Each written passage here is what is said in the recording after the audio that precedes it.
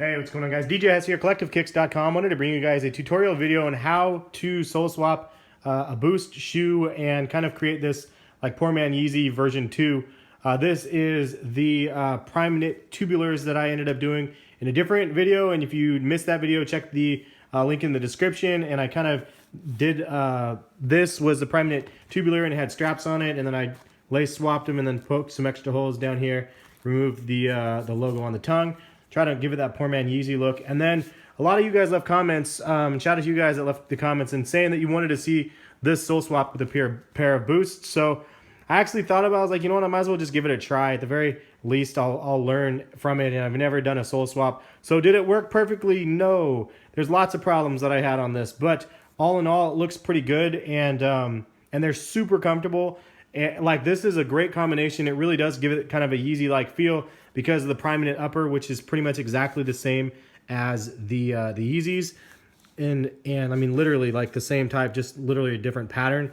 And then you have that Boost technology on the sole. It's not encased, but I did have some hiccups. Parts where I was ripping off from the sole swap ripped the Boost material, and I didn't do the best job putting it all back together. And then also the other area that was really problematic was the toe box, which looks atrocious. I realized that now that you focus in on it. I painted it over black because I just was running out of time, but it left a residue because this one has a toe cap on it, the other one doesn't. So obviously that plastic material was left on top of the shoes. So that was kind of unfortunate, but other than that, I'm happy with the results, and you only need a couple things to make this happen. So go ahead and get into showing you guys the materials, what you need. So the biggest thing that you're going to need for sure is the Barge Infinity Cement. I'll put a link in the description for this product if you guys need this. It's probably like $25 or $30 or so for this big, huge container. But Sneakerhead in the Bay, major shout out to him because he gave me a lot of tips and pointers for doing this first sole swap, and he said he recommended this. I also have this all-purpose cement that I got from Angelus Direct. This is the one that I bought, which was really cheap, and actually I used that one on this one. So as we go, I'll try to keep you guys updated on if this one held up or not, or if the Barge cement is better. I mean, you can see I'm pulling pretty hard on this, and it's holding it pretty good on. So this one seems to work okay, but I know that he swears by this one, so this is the one I would recommend you get per Sneakerhead in the Bay. And the other thing you'll need is like a heat gun to speed up the process for gluing the soles on the shoe. And then I always use this little guy, my fancy little Fiskars thing right here. The other thing that could be helpful is a Gerber multi-tool, and this will be helpful for when you're grabbing on the material and pulling up on the midsole, because that is the hardest part of this whole process. So how do you remove the midsole from both pairs of shoes? That's what we're going to get into right now. So kind of crazy, but in order to remove the midsoles for the shoes, you need to boil some water, and you literally boil the shoe for like 15 or 20 minutes. It softens this plastic up significantly. It's very, very dense right now, but it softens this up so you'll be able to bend it basically, and eventually, and you'll just keep pulling and pulling, and then there'll be a kind of a spot that loosens up, and then we'll hit that spot and kind of use that to wedge up on the midsole to try to get this midsole up. So we're going to go ahead and do that on this pair. I did that on the Pure Boost as well, but the problem that I ran into is when you were separating this material right there on this particular model, maybe on the Ultra Boost it's better, but because of the material of the Boost, it's really hard to do that with, because obviously you can see it's super stuck to the shoe. So it makes it really, really hard for this to be a clean break. And what you end up with is sections like this where part of the Boost gets ripped out because it was so stuck on this shoe right here. So as a result, I'm going to try something a little different. So otherwise you can do the same thing with the Pure Boost, but what I'm going to try to do for this one, for this other pair, is to cut the midsole along here and literally cut out the upper. That way I'm just completely removing it. Now I could do the same thing and try to save the sole on this one, and try to swap it so it would be the Pure Boost and then the tubular like bottoms, but I'm not going to do that. I'm just going to completely destroy this top because I don't want to fight this Boost material right here. I really want to try to take this off as easy as possible. So let's go ahead and get this started. first things first, I got to take off the laces of this pair right here, and then we're going to throw this into the pot. All right, so I have the laces removed and everything under here gone, so I'm going to go ahead. I'm going to start from the back area first, so I'm going to go ahead and just dunk this guy completely in like so. All right, so while that one is boiling right over here, I'm going to go ahead and focus on this one, and I'm just going to go ahead and try to rip off this upper. I'm just going to take a knife to it and just remove the upper completely.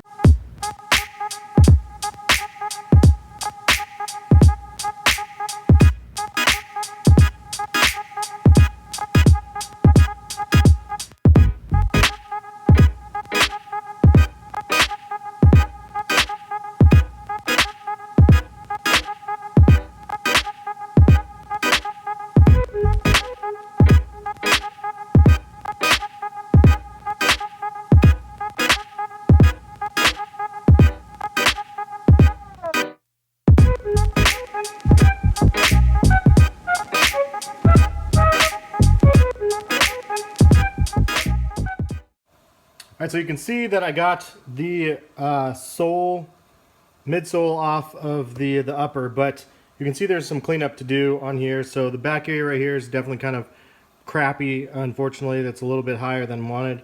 This part I'll show you guys. I'll take that part off easy with the razor blade. And then this is a part where it really, I need suggestions. Leave some comments. Let me know what you think would work on this section to be able to remove this from this part, because I thought that if I was more careful and timely, like maybe it would work, but this part has this stuff stuck on it and I cannot get it off.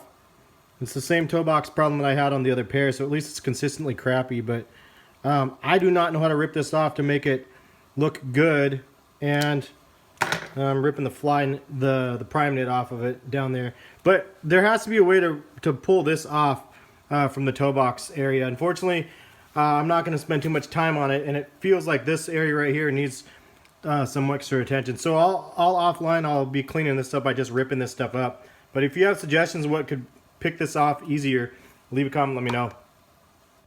All right, so there we have it right there. I'm just going to leave the paper towels in here, let this thing dry a little bit, and then we'll be back and attach the sole. All right, so you can see I relaced this shoe right here, and I'm going to get ready for this thing to be glued on top of here. But before I did that, I decided I'm going to go ahead and remove this part. That way this shoe could adhere to this one as best as possible. So I cut with the X-Acto knife around the inside area, and I'm just going to pull up and try to remove this as cleanly as I can without destroying the boost.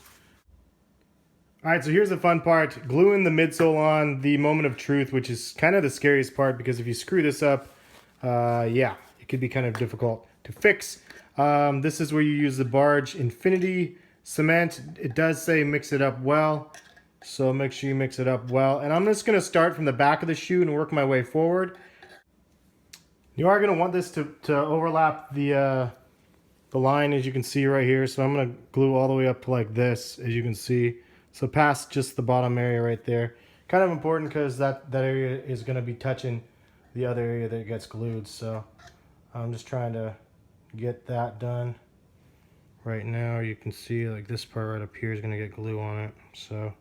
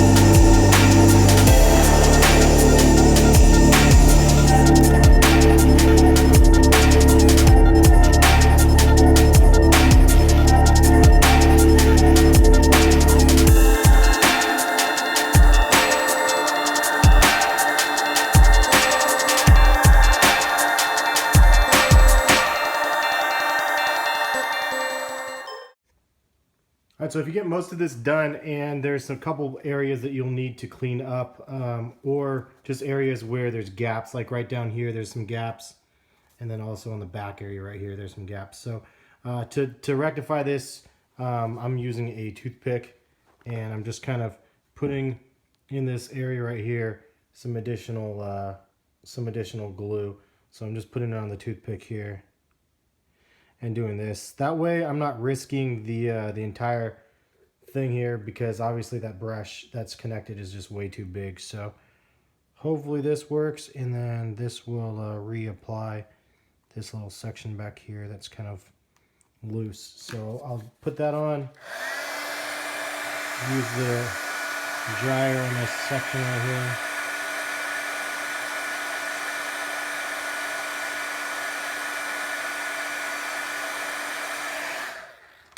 And then I'm just going to press down on this back area right here so this can adhere. So this is kind of it. I just wanted to show you guys touching up some of these areas like this right here. So once you heat that up and push it back together, then we should be good. And you can see it's definitely like better. So hold on for a couple minutes, and then we'll be good, and then I'll touch up the other area. Last thing I'm going to do, a little touch up work on the toe box. I know this sucks because this is not the way to do this, but it's kind of my only option at this point, is to try to cover up this travesty of this white midsole. So alright, so here's a final look at the sort of finished product. As you can see, we have the boost on the bottom and the Primeknit upper, and looks better on this pair than on this one where the boost is all ripped up. But it is what it is. It's been a learning experience for sure. But I'm going to do one thing further though. I'm going to black out the midsole similar to the Pirate Black Yeezy 350s, and then give it kind of more of that Yeezy sort of look. But just so you guys can see the Primeknit upper on here, it's pretty much the same exact thing as on here. It's literally the same type of material. So just throwing that out there. A little bit softer on the Pirates, to be honest, but for the most part, it's very, very synonymous. I'm going to go ahead and black out the midsoles, and then I'll give you guys an on feet. Alright guys, so here we have it, the super poor man version of the Pirate Black sort of Yeezy. I decided to black out the midsole on these last minute. Probably should have done it earlier, but figured if I was going to make it look somewhat Yeezy-ish, I might as well do that. It kind of just looks really, really bad, but leave a comment, let me know what you guys think about how they look. This is obviously the Pirate Black. And then this is the custom that I ended up doing. From a distance, these look better. Up close, they're pretty atrocious. But I have to say that this one actually ended up better than the first one. Like up close, even the coming together of both the shoes worked out pretty well because of the blacked out midsole. But the toe box, this toe area is just the worst. And I don't know what to do about this part right here to cover it.